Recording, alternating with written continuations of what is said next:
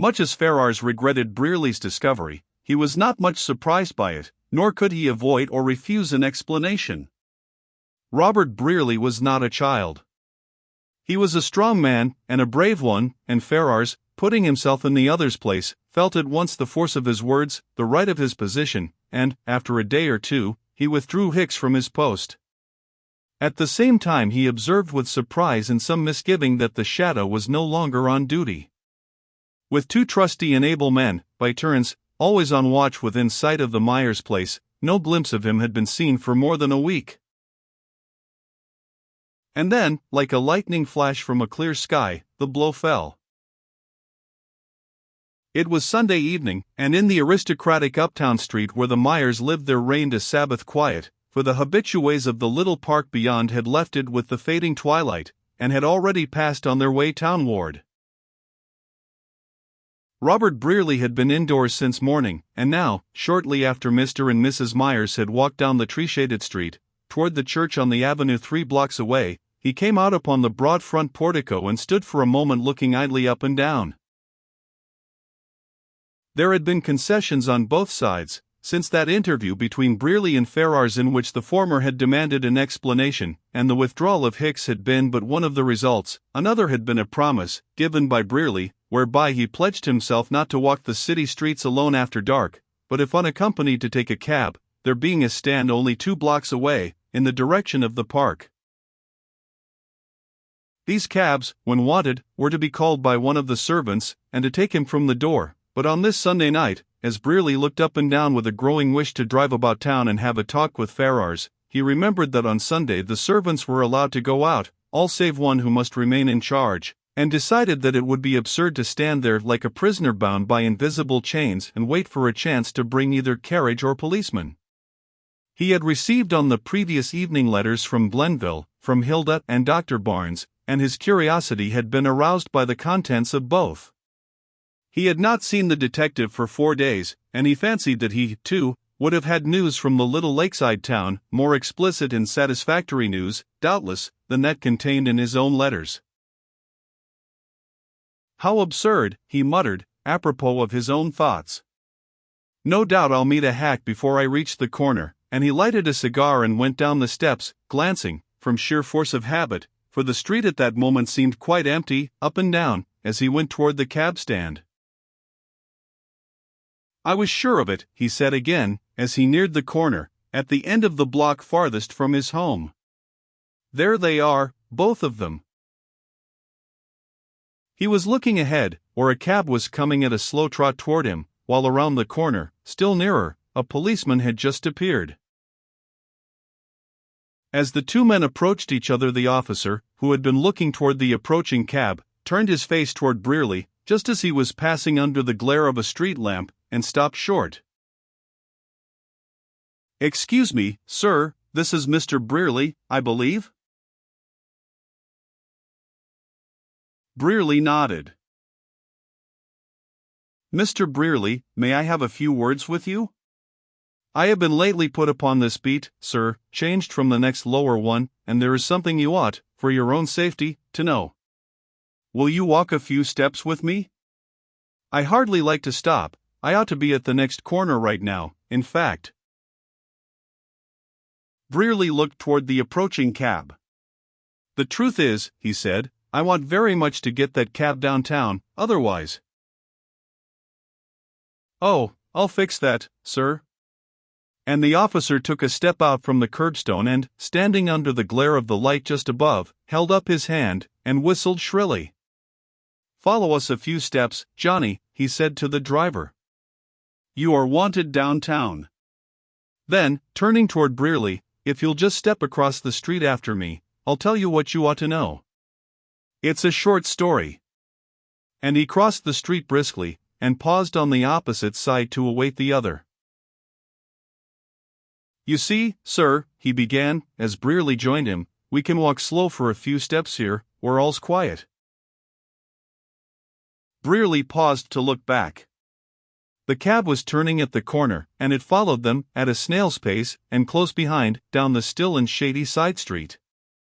"You see, I've been noticing," For a couple of weeks, or maybe more, a fellow who just seemed to patrol the street next below this, almost as faithfully as I did, and for quite a time I wondered why, and thus I began to watch him, till I found that his promenades always took him round the corner, and seemed to bring him up right opposite the house you live in. I guess I ought to step a little brisker, sir, somebody's coming. The man was not very tall, and thick-set like, and if I hadn't taken notice of him, at the first, almost, I might not have recognized him, for he changed his clothes almost every trip, sometimes dressing common, sometimes quite swell, but I knew him every time. Make it as short as you can, officer, we're almost at the corner. All right, sir. The man glanced back. Your cab's here, all right, sir. I was just going to tell you how we came to arrest the fellow. Ah. Brearley smiled in the dusk. It had puzzled Ferrars, or seemed to, the sudden cessation of the spy's visits, and now he would be able to enlighten the detective. You have him, then? This shall be worth something to you. I don't want a reward for doing a plain duty, sir. Just walk on ahead for a step, somebody's coming. Preoccupied with the story, and without glancing behind, Brearley did as he was told, and had advanced not 10 paces from the corner, when there was a swift blow, a fall and a cry, 3 pistol shots in swift succession, and the rattle of wheels, all so close together that the time could have been counted in seconds. Brearley! Are you badly hurt? The revolver fell from the fingers of the man who had prevented the second blow, and put to flight the sham policeman, who had so deftly contrived his appearance, with the aid of the cab, between the rounds of the policeman proper. The latter now came up panting, his footsteps hastened by the shrill call of the whistle in the hands of the new or latest comer. And then the inmates of the neighboring houses rushed out, and, for the moment, there was confusion, consternation, and clamor. Is he dead? How did it happen? Was it a sandbag? To think of a hold-up on this street. There was a carriage, I'm sure. And then the policeman was flashing his lantern about among them, as he bade them stand back, and the rescuer, who looked like a workman in his Sunday clothes, looked up, from the place where he knelt, supporting the head and shoulders of the unconscious man, and said, Gentlemen, this is Mr. Brearley, Robert Brearley of 1030 C Avenue, the Myers house, only 2 blocks away. He must be taken home at once. Has anyone a cot? No, he must be carried. For at the name of the Myers house, a gentleman had proffered his carriage at once. And, officer, call up help. If possible, that cab must be traced. Send to the stand just above and find out what cabs have left it within the past quarter hour. Let someone go ahead and bring Dr. Glessner from just opposite 1030. He's at home. How did it happen? Asked Mr. Myers, 2 hours later, when the injured man, his wounded head carefully dressed, lay, still dazed and in a precarious condition, in his darkened room, with a trained nurse in attendance. Ferrars, having seen his friend in his own room, and in the hands of the doctors, had not waited for their verdict, but had set off to put in motion his plan for hunting down the would-be murderer, and he had but now returned, full of anxiety for the fate of the sufferer. How did it happen? After all our precautions, too. It's easy to tell how it happened, replied Ferrars with some bitterness. It happened, first, because the enemy outwitted me, in spite of my cordon of guards, and, second, because Brearley lost patience and exposed himself. But how? I can only give you my theory for that. He was alone in the house, eh? Yes. We were both out when he went. He wanted, doubtless, to go to town. There was no servant at hand whom he wished to send, so he walked toward the hack stand, or so I suppose. At the corner he met a policeman, as he thought, of course, and so, for a moment did I. They stopped, spoke together, and the sham policeman hailed an empty cab that was close at hand. Then they crossed the street, the cab following, and the policeman seemed to be doing the talking, as I saw when they passed under the light at the corner. I had suspected some new plot, from the fact that the spy had so suddenly disappeared, and I had watched your place, in person, for the past 3 nights. Oh. And that is why we have seen so little of you? In part. Well, I made up my mind, when they walked away together down that tree-shaded cross street, that there was something wrong.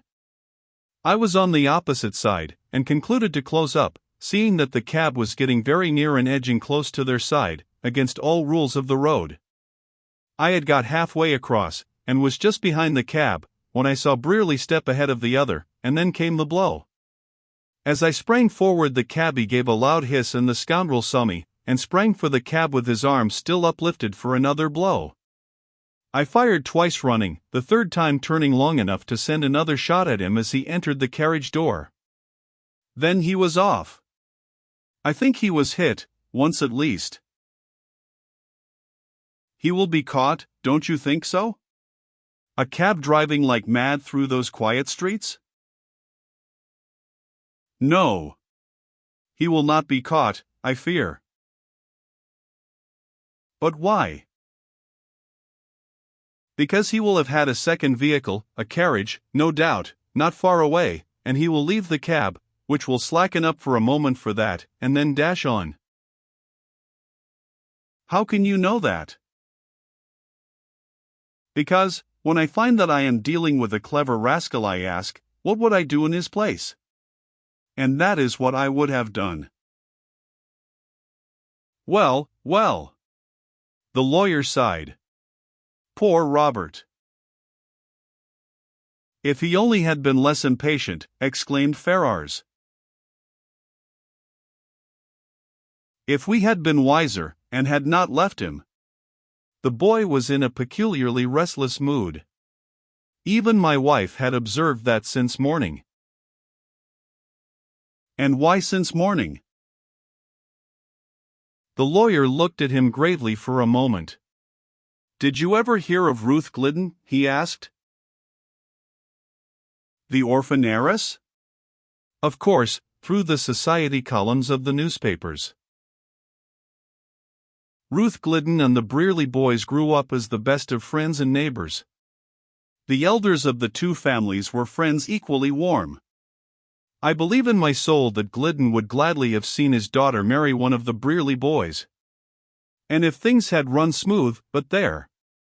Brearley was accounted a rich man, and he was until less than a year before his death, when the failure of the F&S Railway Company and the Northwestern Land Concern, within 3 months of each other, left him a heavy loser. Even then, if Glidden had been alive, all might have been well. But he died 2 years before Brearley's death, and Ruth went to live with her purse-proud aunt, her father's sister. The two families had resided for years, side by side, on this avenue. And where is Miss Glidden now? Asked Ferrars. Here in this city since the day before yesterday. She and her aunt have been abroad for a year, but I believe that they care for each other, though Robert is so proud, and that is not all.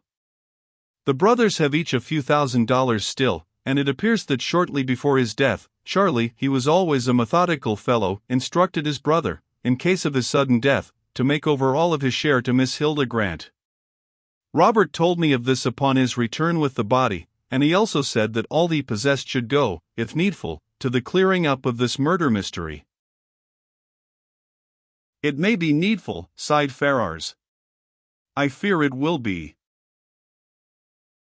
Then, goodbye to Robert's hopes. With it he might make a lucky hit, might have a chance. Without it, he shrugged his shoulders, what can even so bright a journalist, as he undoubtedly is, do to win a fortune quickly?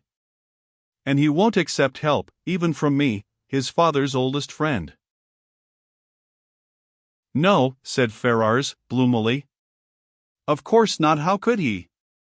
Mr. Myers, I'll be honest and tell you that I'm afraid we've struck a blank wall. Things look dark on all hands, just now, for poor Brearley. What? Do you think the clue, the case, is lost then? Not lost. Oh, no. Only, I fear, out of reach.